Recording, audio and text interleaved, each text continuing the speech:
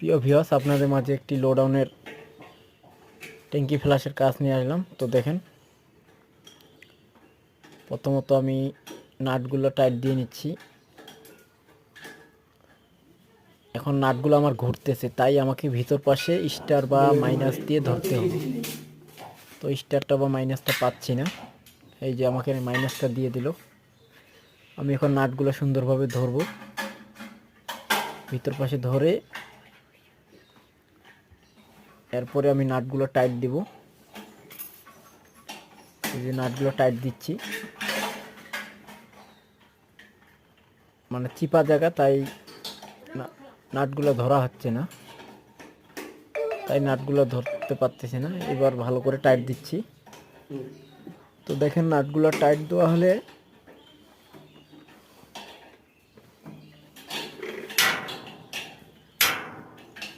এই যে এটা হলো আমাদের কোমোড, এটা বাথরুমের কাজ করতেছি, কমপ্লিট দিব আজকে। এই যে আমাদের বাথরুমের ফিটিংসের মাল মোটামুটি লাগানো শেষের দিকে।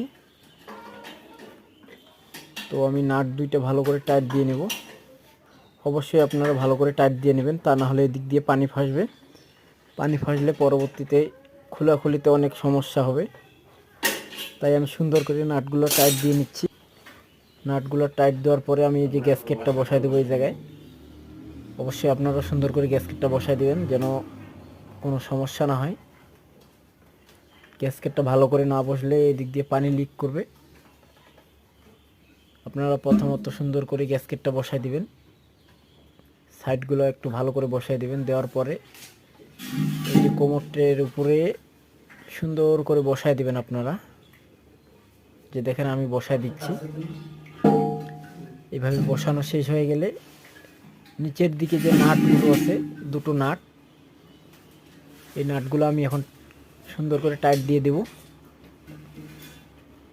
যদি টাইট না দিই তা না হলে পানি ফাসবে, এই জন্য ভালোভাবে টাইট দিতে হবে।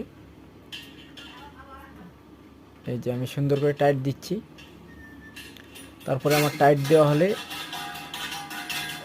আমি উপরের যে ঢাকনাটা আছে এটা লাগাবো এবং লিপ পাইপ লাগাবো। যদি ভিডিওটা ভালো লাগে অবশ্যই চ্যানেলটি সাবস্ক্রাইব করে পাশে থাকবেন। বাকি ভিডিওটা এর পরবর্তী ভিডিওয়ে দেওয়া হবে।